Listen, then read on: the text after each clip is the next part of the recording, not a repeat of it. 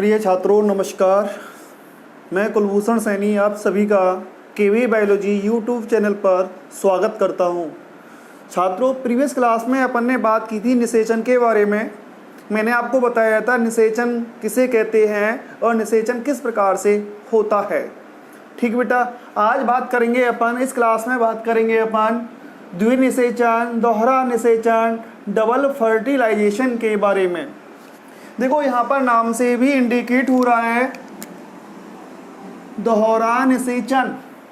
आपको निषेचन मैंने बताया था युग्मक संलयन की प्रक्रिया या नर व मादा युग्मकों का जो संयोजन होता है उसे अपन निषेचन कहते हैं। अब ऐसी घटना दो बार होती है। क्या होती है? युग्मकों के संयोजन जैसी घटना कितनी बार होती है? दो बार होती है। इसलिए इसको बेटा क्या कहते हैं अपन? द्विनिषेचन, डबल फर्टिलाइजेशन कहते हैं। देखो इसके बारे में मैं आपको बताता हूं कि जो डबल फर्टिलाइजेशन की जो खोज है, इसकी जो खोज है वो एस.सी. नावास्चिन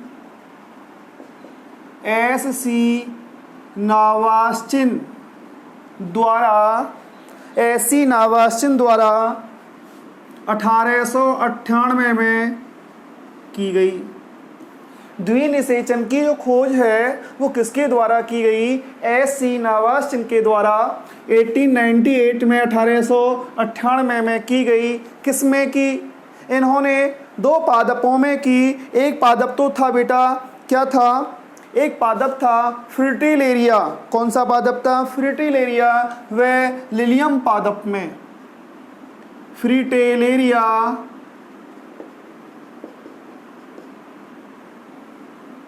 व लिलियम पादप में। और ये जो डबल फर्टिलाइजेशन होता है वो एंजियोस्पर्म पादपों का अद्वितीय लक्षण है। किसका है ये? एंजियोस्पर्म प्लांट्स का यूनिक कैरेक्टर है, अद्वितीय लक्षण है। अर्थात बेटा जो डबल फर्टिलाइजेशन होता है वो किस में पाया जाता है? एंजियोस्पर्म में पाया जाता है और किसी अन्य पादप वर्ग में नहीं पाया जाता। ये तो इसकी बेसिक जानकारी थी कि द्विनिषेचन की खोज एस.सी. नावास्चिन के द्वारा की गई ना, फ्रिटिलेरिया व लिलियम पादप में की गई और एंजियोस्पर्मिक पादपों का ये यूनिक कैरेक्टर है, अद्वितीय लक्षण है। अर्थात एंजियोस्पर्म के अलावा ये किसी अन्य पादप में, किसी अन्य पादप वर्ग में नहीं पाया जाता। अब बेटा बात करते हैं ये दोहरा निषेचन, इसका नाम कैसे पड़ा या इसका तात्पर्य क्या है। देखो निषेचन में अपन ने पढ़ा था, क्या पढ़ा था? ये पढ़ा था कि परागकण अंकुरित होते हैं। क्या होते हैं? परागकण बेटा क्या होते हैं? अंकुरित होते हैं और अंकुरित होकर किसका निर्माण करते हैं? पॉलन ट्यूब का। पॉलन ट्यूब स्टिग्मा को भेदते हुए स्टाइल में प्रवेश करती है। स्टाइल के बाद बेटा किस में? ओवेरी में प्रवेश करती है। ओवेरी के बाद किस में बेटा? ओव्यूल में, बीजांड में, गुरु बीजाणुधानी में प्रवेश करती है। और गुरु बीजाणुधानी के बाद जो बीच वाली रचना है जो कि 7 कोशिकीय आहट केंद्र की रचना है उसे कहते हैं एम्ब्रियो शैक। इसमें क्या करती है? प्रवेश करती है। आपको पता है जो एम्ब्रियो शैक में जो प्रवेश होता है वो सहायक कोशिका में से होता है। सहायक कोशिका फट जाती है और दोनों के दोनों जो नर युग्मक होते हैं वो बेटा कहाँ मुक्त हो जाते हैं? एम्ब्रियो शैक में। कहाँ? एम्ब्रियो शैक में क्या हो गए? मुक्त हो गए। अब सुनो, एक नर युग्मक तो किसकी ओर गति करता है? अंड कोशिका की ओर, एग सेल की ओर। और जो दूसरा नर युग्मक होता है वो बेटा कहाँ गति करता है? द्वितीयक केंद्रक की ओर, ध्रुवीय केंद्रक की ओर क्या करता है? गति करता है। तो इधर देखिए आप, एक नर युग्मक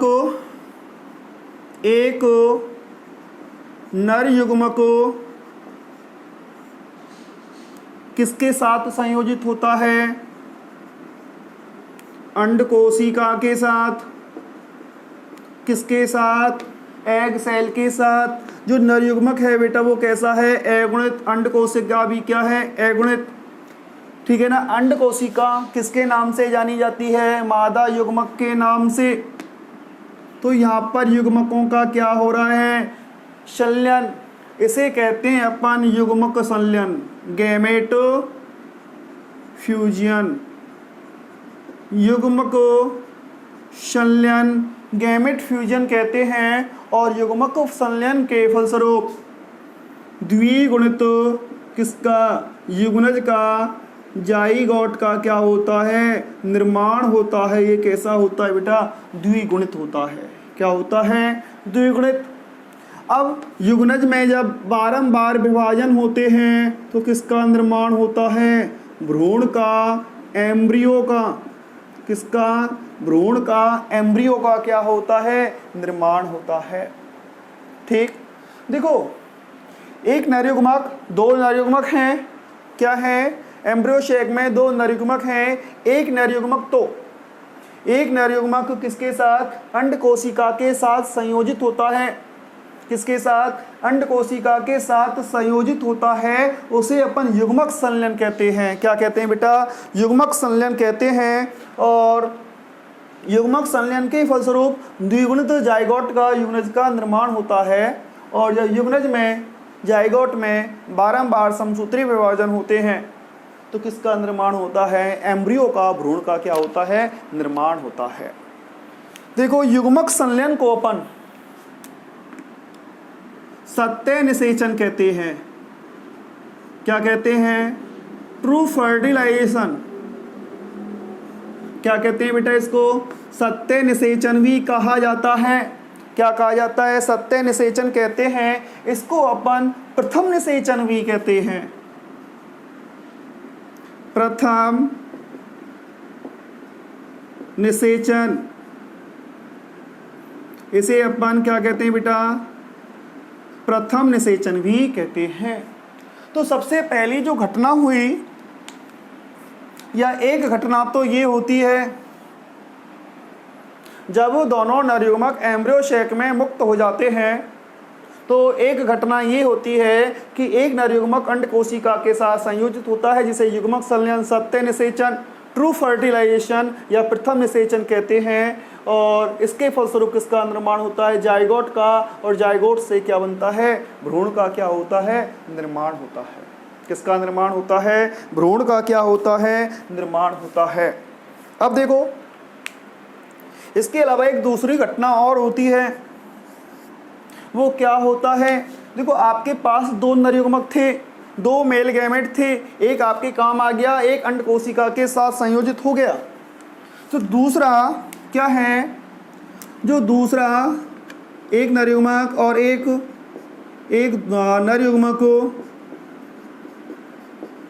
आपके पास बेटा दो नरयुग्मक हैं। एक नरयुग्मक तो यहाँ काम आ गया और एक नरयुग्मक यहाँ पर काम आता है। तो नरयुग्मक है वो कैसा होता है?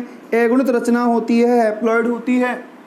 अब ये जो नरयुग्मक है अमीवीय गति के द्वारा, किसके द्वारा? अमीवीय गति के द्वारा बेटा कहाँ पहुँचता है? बताओ। ध्रुवीय केंद्रक के पास या द्वितीयक केंद्रक के पास। किसके पास? द्वितीयक केंद्रक, या इसको क्या कहते हैं अपन? ध्रुवीय केंद्रक, पोलर न्यूक्लियाई के पास। और ये बेटा कैसा है? द्विगुणित होता है। क्या होता है? द्विगुणित होता है। अब सुनो, क्या देखो, यहाँ पर दो केंद्रक, द्वितीय केंद्रक में बेटा कितने केंद्रक? दो केंद्रक। और एक इसका नरयुग्मक का कितने केंद्रकों का संलयन हो रहा है? तीन का। तो इसे अपन क्या कहते हैं? त्रिक संलयन कहते हैं। क्या कहते हैं? त्रिक संलयन, ट्रिपल फ्यूजन। उसको गैमेट फ्यूजन, और इसको क्या कहेंगे? ट्रिपल फ्यूजन कहते हैं। क्या कहते हैं बेटा? ट्रिपल फ्यूजन कहते हैं। और ट्रिपल फ्यूजन के फलस्वरूप प्राथमिक भ्रूणपोष केंद्रक का, किसका? प्राथमिक भ्रूणपोष केंद्रक का, प्राइमरी एंडोस्पर्म न्यूक्लियस का क्या होता है? निर्माण होता है। और ये जो प्राथमिक भ्रूणपोष केंद्रक है बेटा, वो उसकी जो सूत्र गुणता होती है वो त्रिगुणित होती है। क्या होती है? यहाँ पर युग्मज बना द्विगुणित, लेकिन त्रिक संलयन के फलस्वरूप, ट्रिपल फ्यूजन के फलस्वरूप प्राथमिक जो भ्रूणपोष केंद्रक बनता है वो कैसा होता है? त्रिगुणित होता है। अब इस प्राथमिक भ्रूणपोष केंद्रक में विभाजन होते हैं तो बेटा किसका निर्माण होता है? भ्रूणपोष का क्या होता है? निर्माण होता है। एंडोस्पर्म का क्या होता है? निर्माण होता है। देखो, एक तो ये घटना हो गई यहाँ पर, इस घटना को तो अपन क्या कहते हैं? युग्मक संलयन, सत्य निषेचन या प्रथम निषेचन। ये तो कौन सी? ये तो यहाँ पर नंबर 1 घटना हो गई। और दूसरी घटना क्या हुई बेटा? जो नरयुग्मक है, दूसरा नरयुग्मक किसके साथ? द्वितीयक केंद्रक के साथ क्या हुआ? संयोजित हुआ। क्या हुआ? संयोजित हुआ। जो ये नंबर 1 की जो घटना हुई वो गैमेट फ्यूजन क्या कहलाएगी? गैमेट फ्यूजन, ट्रू फर्टिलाइजेशन कहलाती है। और जो दूसरी घटना हुई वो क्या कहलाती है? ट्रिपल फ्यूजन कहलाती है। क्या कहलाती है? ट्रिपल फ्यूजन, त्रिक संलयन कहलाती है। अब सुनो, इस किसको? इस ट्रिपल फ्यूजन को देखो, युग्मक संलयन या सत्य निषेचन को अपन ने क्या कहा था? प्रथम निषेचन। क्या कहा था बेटा? प्रथम निषेचन कहा था। इसको अपन त्रिक संलयन को क्या कहते हैं? द्वितीय निषेचन कहते हैं। सेकंड फर्टिलाइजेशन, द्वितीय निषेचन भी इसको कहा जाता है। सेकंड फर्टिलाइजेशन कहते हैं। ठीक समझ में आया? तो इस दौरान 2 बार क्या हो रही है? घटना हो रही है। जो प्रथम घटना है, जो प्रथम घटना है वो युग्मक संलयन, सत्य निषेचन या प्रथम निषेचन, जिसके फलस्वरूप किसका निर्माण हुआ? जायगोट का। और जायगोट से बेटा किसका निर्माण हुआ? भ्रूण का। और जो दूसरी घटना है वो है त्रिक संलयन, ट्रिपल फ्यूजन है, जिसे अपन क्या कहते हैं? सेकंड फर्टिलाइजेशन कहते हैं। और इसके फलस्वरूप किसका निर्माण होता है? प्राथमिक भ्रूणपोष केंद्रक का। प्राथमिक भ्रूणपोष केंद्रक हमेशा बेटा कैसा होता है? त्रिगुणित होता है। कौन से पादपों में? एंजियोस्पर्म में। लेकिन जो जिम्नोस्पर्म पादप होते हैं ना, जो अनावृत बीजी होते हैं, जिम्नोस्पर्म होते हैं, उनमें जो भ्रूणपोष होता है, एंडोस्पर्म होता है, वो अगुणित होता है। ध्यान रखना, जिम्नोस्पर्म में एंडोस्पर्म भ्रूणपोष अगुणित होता है। लेकिन जो एंजियोस्पर्म हैं, आवृत बीजी पादप हैं, उनमें एंडोस्पर्म हमेशा कैसा होता है बेटा? त्रिगुणित होता है। कैसा होता है? त्रिगुणित होता है। तो ये घटना 2 बार हुई, इसलिए इसको अपन क्या कहते हैं? डबल फर्टिलाइजेशन कहते हैं, दोहरा निषेचन कहते हैं। दोनों ही घटनाएं बहुत ही इंपॉर्टेंट होती हैं। अगर इनमें से एक घटना आवृत बीजी पादपों में अनुपस्थित हो जाए तो भ्रूण का विकास नहीं होता है। क्योंकि आपको पता है कि लैंगिक जनन का सबसे अंतिम परिणाम होता है बेटा बीज का बनना।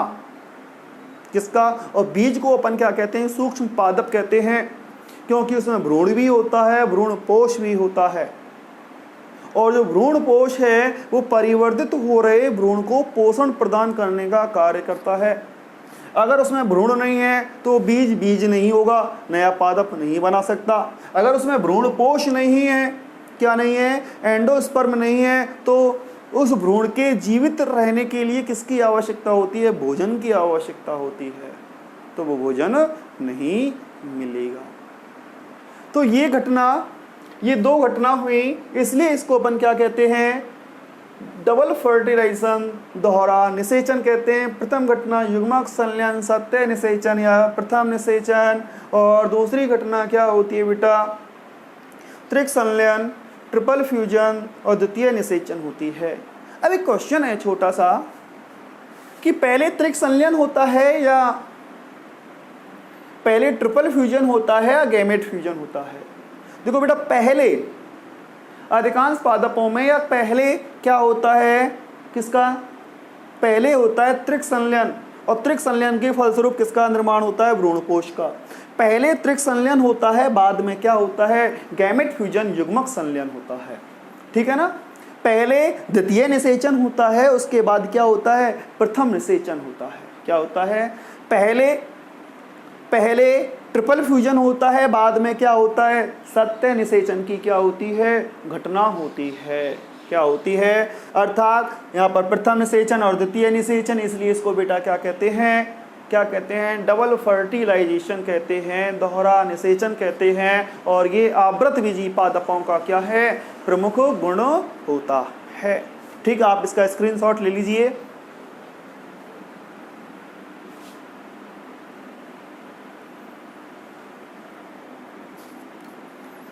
चलो मिटा देता हूं।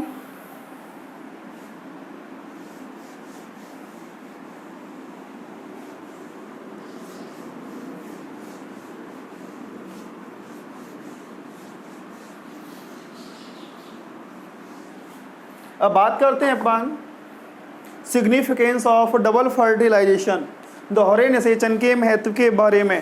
किसके बारे में, दोहरा निषेचन के महत्व के बारे में, या द्विनिषेचन का महत्व, द्विनिषेचन का महत्व। देखो बेटा, दो तो बात स्पष्ट है ही, क्या, जो युग्मक संलयन होता है, जब नर युग्मक, एक नर युग्मक अंड कोशिका के साथ संयोजित होता है, जिसे युग्मक संलयन या सत्य निषेचन कहते हैं, उसके फलस्वरूप जाइगोट बना, और जाइगोट से किसका निर्माण होता है, भ्रूण का निर्माण होता है। तो बेटा, द्विनिषेचन के फलस्वरूप किसका निर्माण होता है, भ्रूण का क्या होता है, निर्माण होता है। किसका निर्माण होता है, भ्रूण का क्या होता है, निर्माण होता है। एम्ब्रियो का क्या होता है, निर्माण होता है।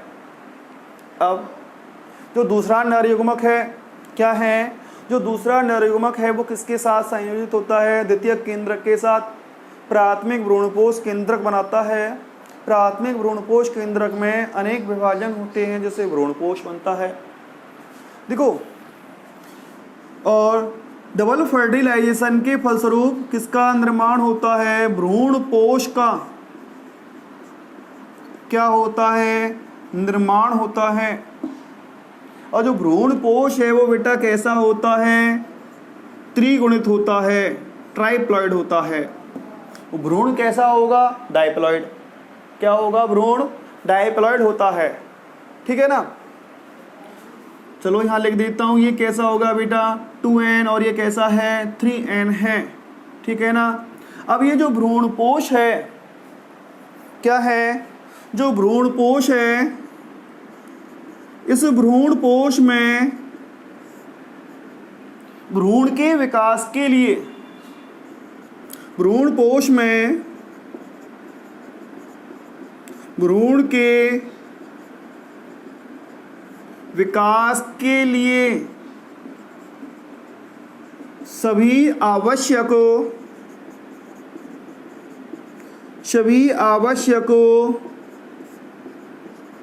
पोषक तत्व उपस्थित रहते हैं। अपन बीजों को खाते हैं, मूंगफली खाते हैं अपन ना, गेहूं खाते हैं, बीजों को खाते हैं, बाजरा खाते हैं, बहुत सारे बीजों को खाते हैं। क्यों खाते हैं, उनमें भोजन है। और भोजन बेटा किस में होता है, उसमें भ्रूणपोष में होता है, एंडोस्पर्म में होता है। किस में होता है, एंडोस्पर्म में होता है। अब ये जो भ्रूण है इसके विकास के लिए किसकी आवश्यकता होती है? पोषक तत्वों की। और ये पोषक तत्व सभी किसमें उपस्थित होते हैं? भ्रूण कोश में उपस्थित होते हैं। देखो कुछ वैज्ञानिकों का मानना है, क्या मानना है कि भ्रूण कोश में, किसमें? भ्रूण कोश में, एंडोस्पर्म में, भ्रूण कोश में पैतृक व, कुछ वैज्ञानिकों का मानना है कि भ्रूण कोश में पैतृक व मात्रक गुणसूत्र उपस्थित होते हैं, उपस्थित होते हैं, जिसके कारण ये संकर ओज, जिसके कारण ये बेटा क्या? संकर ओज हाइब्रिड बिगर,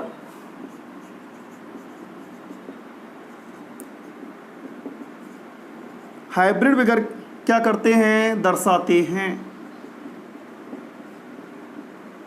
संकर ओज क्यों दर्शाते हैं? भ्रूण कोश में क्या होते हैं? पैतृक व मात्रक गुणसूत्र उपस्थित होने के कारण ये बेटा बीज होते हैं, वो क्या दर्शाते हैं? संकर ओज दर्शाते हैं। अब देखो जो बीज है, बीज के लिए ना, एक बीज है एक दाना है, दोनों में अंतर क्या होता है? जो बीज होता है उसमें जीवित भ्रूण होता है, जो दाना होता है उसमें भ्रूण जीवित नहीं होता। जैसे आपने मटर ली है ना, एक दो मटर हैं आपके पास और उनमें से कुछ मटर को आप बॉईल कर लीजिए, उबाल लीजिए। अब दोनों को बोइए। जो आपने उबाले नहीं हैं, बॉईल नहीं किए, उनसे तो बेटा नया पादप बन जाएगा, और जो बॉईल कर लिए उनसे नया पादप नहीं बनेगा, क्योंकि बॉईल किए उनमें गर्म करने से भ्रूण क्या हो गया? नष्ट हो गया। भ्रूण क्या हो गया बेटा? नष्ट हो गया। लेकिन भ्रूणपोष भोजन उपस्थित है, इसलिए उनको खाते हैं अपन। क्या करते हैं? खाते हैं, ठीक है ना। तो बीजों की जीवन क्षमता के लिए, किसके लिए? बीजों की जीवन क्षमता के लिए दोनों ही क्रियाएं आवश्यक होती हैं।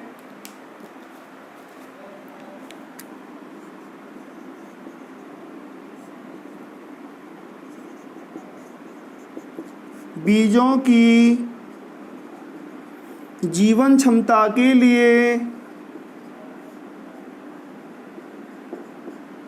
जीवन क्षमता के लिए कौन कौन से? एक तो बेटा गैमेट फ्यूजन, दूसरा क्या? Triple fusion. ट्रिपल फ्यूजन दोनों ही क्या होते हैं? दोनों ही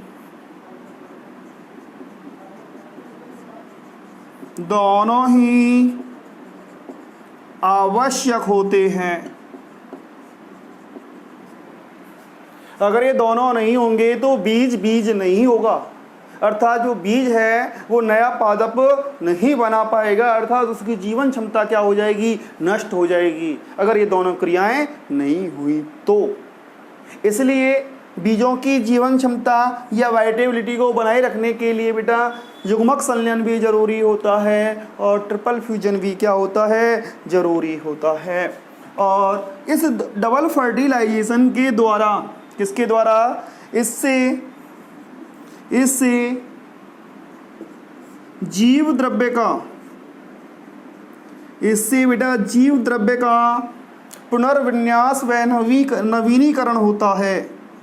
क्या होता है? पुनर्विन्यास व नवीनीकरण की क्रिया होती है, नवीनीकरण होता है। ये थे आपके क्या? डबल फर्टिलाइजेशन के महत्व। ठीक है बेटा, देखो सबसे पहले मैंने आपको बताया था इससे भ्रूण का निर्माण होता है, द्विगुणित होता है, भ्रूण कोश का निर्माण होता है, त्रिगुणित होता है, भ्रूण कोश में भोजन संचित होता है, जो भ्रूण के विकास के लिए इसमें आवश्यक पोषक तत्व क्या होते हैं? उपस्थित होते हैं। कुछ वैज्ञानिकों का मानना है कि भ्रूण कोश में एंडोस्पर्म में पैतृक व मात्रक गुणसूत्र क्या होते हैं, उपस्थित होते हैं, जिसके कारण ये क्या प्रदर्शित करता है, संकर ओज हाइब्रिड विगर क्या करता है, प्रदर्शित करता है। बीजों की जीवन क्षमता के लिए दोनों ही क्रियाएं क्या होती हैं, आवश्यक होती हैं, है ना। युग्मक संलयन भी आवश्यक होता है और बेटा क्या ट्रिपल फ्यूजन भी क्या होता है, आवश्यक होता है। और इसके द्वारा जीव द्रव्य का, किसके द्वारा बेटा, दोनों के द्वारा, अर्थात युग्मक संलयन के द्वारा और ट्रिपल फ्यूजन के द्वारा जीव द्रव्य का पुनर्विन्यास व नवीनीकरण होता है। ये सब के सब मैंने आपको क्या बताए, क्या दोहरे निषेचन के महत्व बताए। ठीक है, आशा करता हूँ आपको अच्छी तरह से ये समझ में आ गया होगा। आप पहले इसका स्क्रीनशॉट ले लीजिए।